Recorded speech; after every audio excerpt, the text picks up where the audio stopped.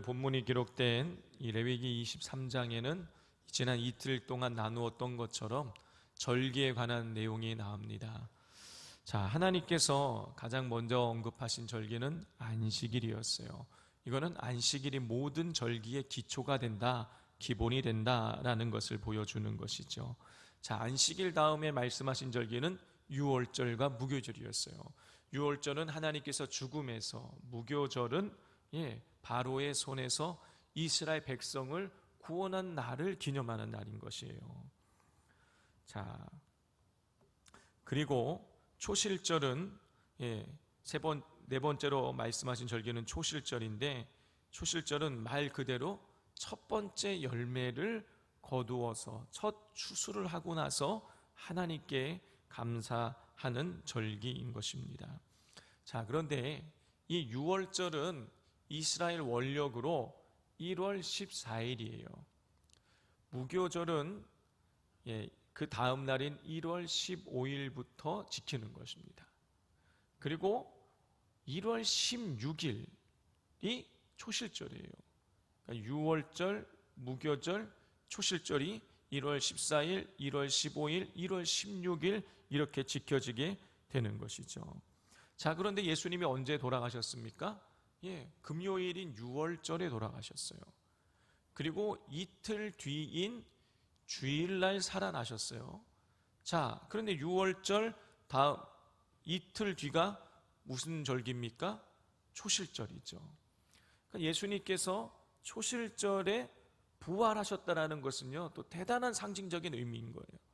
예수님께서 유월절날 이스라엘 백성이 어린 양을 잡아서 피를 발라서 그들이 사망에서 구원을 받게 되었는데, 예수님께서 유월절날 십자가에 달려 피 흘려 죽으셨어요. 하나님의 어린 양이 되셔서 피 흘려 죽으심으로 인류를 사망에서 구원으로 인도하셨다라는 이 유월절의 뜻도 있고, 그 다음에 다음 날인 이 초실절에 부활을 하셨다.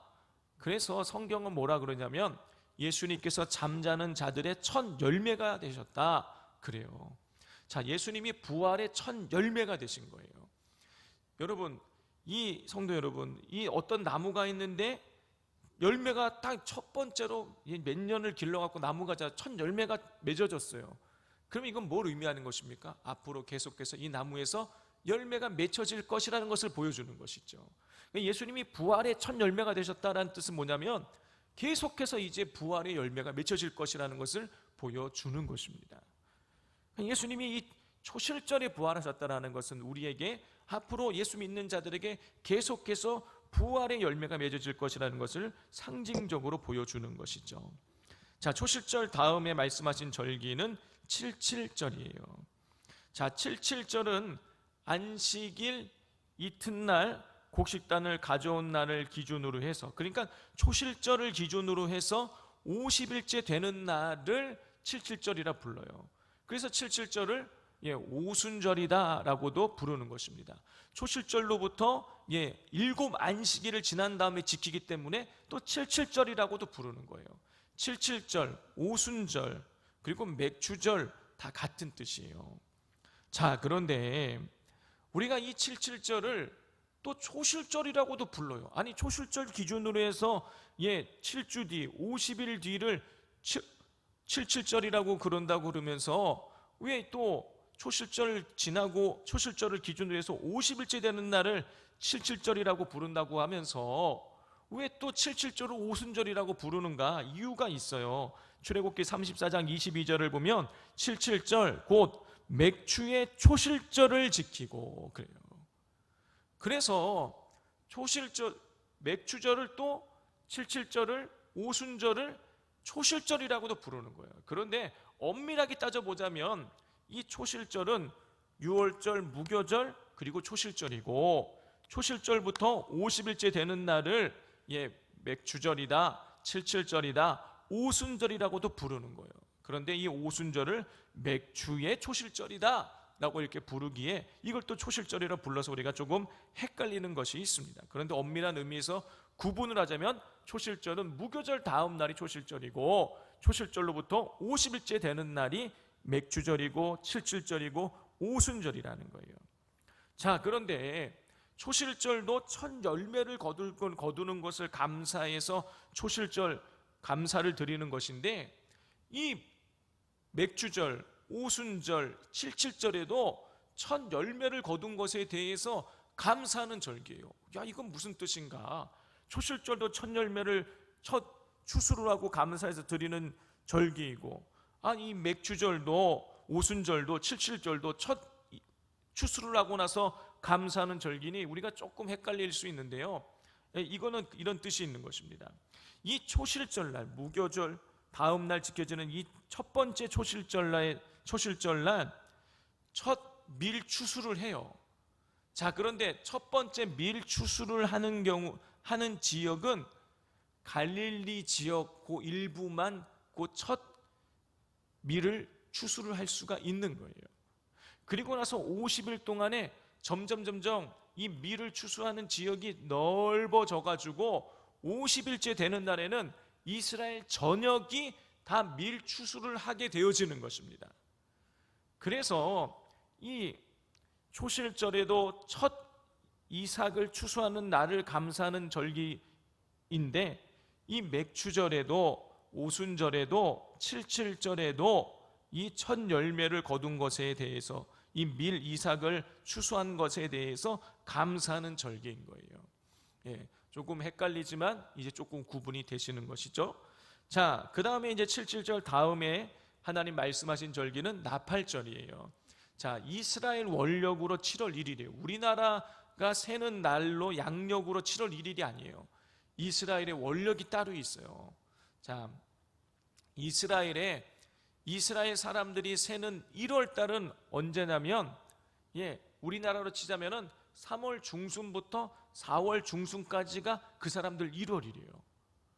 약간 계산하는 방법이 다르기 때문에 복잡해지는데, 하여튼 이 나팔절은 이스라엘 원력으로 7월 1일이에요. 자, 이 7월 1일은 민간적으로 따져보면 새해 첫날을 지키게 되는 것이죠. 자, 그래서 이 새해 첫날을 맞이하면서 나팔을 불면서 하나님께, 지난 한 해를 지켜주신 하나님께 감사하며, 그리고 앞으로도 이 한 해를 살아갈 때에 우리가 하나님과의 관계 속에서 살아가겠습니다 하는 것이 이 나팔절인 거예요. 자, 나팔절이 7월 1일이에요. 자, 그리고 오늘 본문에 보면 속죄일과 초막절이 나와요. 자, 속죄일은 언제냐? 속죄일은 이스라엘 원력으로 7월 10일이에요. 7월 11일 날 속죄일을 지키는데, 속죄일의 규례는 이렇습니다. 28절부터 31절까지를 우리 교독해 보도록 하겠습니다. 이 날에는 어떤 일도 하지 말 것은 너희를 위하여 너희 하나님 여호와 앞에 속죄할 속죄일이 됨이니라.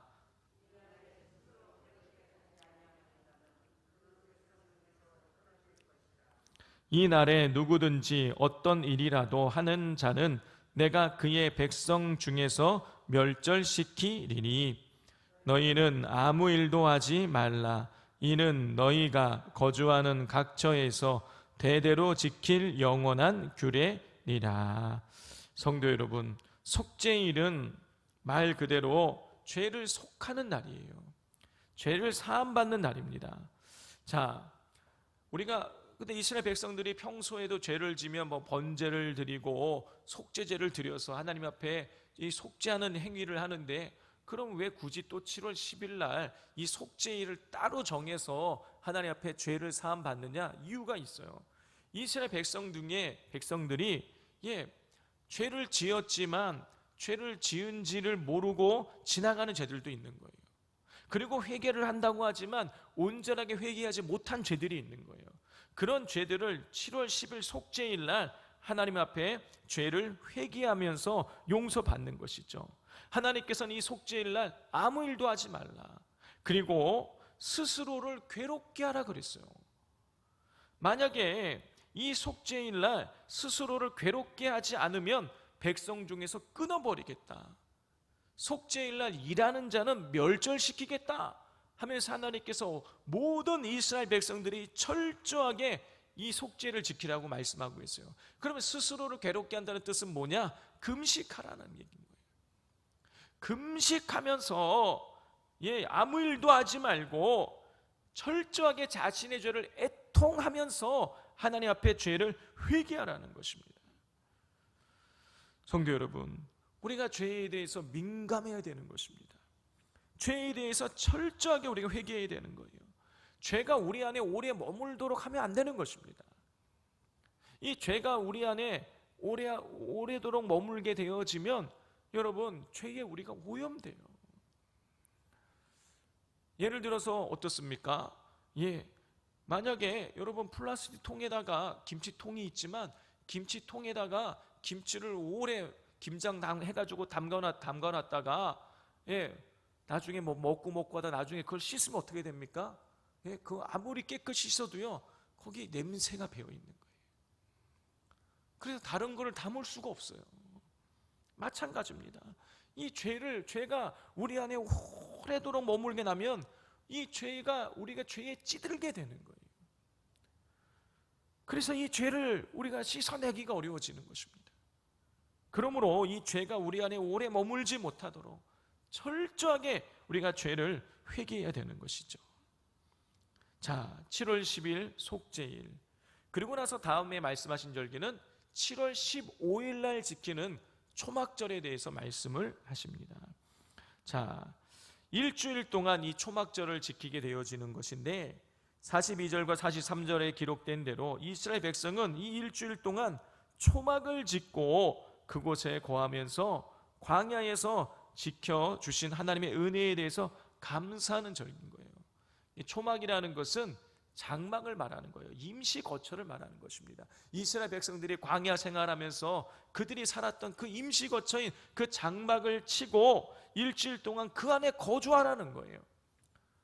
그래서 미국에서 유학하고 오신 우리 교수님들 말씀 들어보니까 정말 이 유대인들은, 경건한 유대인들은 이 초막절 되면 자기네 집 마당 앞에다가 이 장막을 지어놓고 거기서 일주일 동안 산다는 거예요. 왜 일주일 동안 그 장막을 짓고 거기에 사는 것입니까? 광야에서 자기의 조상들을 지켜주신 하나님의 은혜를 기억하며 감사하려고 그렇게 하는 거예요. 이스라엘 백성들 광야 40년 동안 하나님께서 다 먹이고 입히고 재우고 다 하셨어요. 구름 기둥으로 불 기둥으로 인도해 주셨어요. 우리 어떻습니까? 제가 지난주에 우리 중고등부 수련회에 저 대전에서 해가지고 배재대학교에서 해서 제가 거기 방문했어요. 그날 여수가 31도였고 대전이 그날 33도더라고요. 근데 학교에 갔는데요, 해가 쨍쨍 나는 거예요. 그 아이들 만나려고 잠깐 그 학교를 걷는데 숨이 턱턱 막히더라고요. 그런데 이스라엘 백성들은 그 광야 걸을 때에 뭐 40도 넘는 거예요. 여러분, 그 숨이 그리고 바람 불면은 이 뜨거운 열기가 확 들어오지 않습니까? 구름 기둥 없으면 살 수 없는 거예요. 겨우 또 여름 밤이 되면은 추워서 견딜 수, 불 기둥 없으면 살 수 없는 거예요. 만나와 메추라기 없으면 배고파 죽는 거예요. 물이 없으면 죽는 거예요. 하나님께서 이 광야 생활하는 내내 모든 것을 공급하셔서 이스라엘 백성을 지키셨던, 그것도 40년 동안 지키셨던 그것을 기억하고 기념하고 감사하는 절기가 장막절이고 초막절인 것입니다. 성도 여러분, 하나님께서 우리를 여기까지 인도해 주신 것이에요.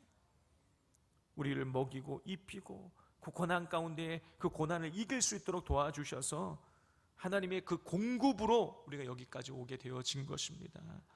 그 은혜를 기억하면서 우리도 우리 영혼의 그 초막절을 나름대로 우리가 만들어서 잘 지키면서 우리 늘 감사하는 삶을 살아가기를 간절히 소망합니다. 우리 시간 같이 기도하도록 하겠습니다. 이 시간 오늘 본문에 기록되어져 있는 우리 속죄일과 우리 초막절 우리 기억하기를 원합니다. 우리가 이 죄에 대해서 철저하게 하나님 앞에서 우리가 회개해야 될 것은 온전하게 회개할 수 있게 해달라고, 우리가 지은 죄들을 다 낱낱이 생각나게 해달라고 기도하여 회개하면서 기도하기를 원하고, 또 우리를 여기까지 지키시고 인도하시고 우리의 모든 쓸 것을 공급해 주신 주의 은혜를 기억하면서 감사하며 기도하기를 원합니다. 또 우리 환우들을 위하여서 우리 암 환자들이 많이 있습니다. 혈액암, 또 갑상선암, 폐암, 또 간암, 유방암을 앓고 있는 분들이 있습니다.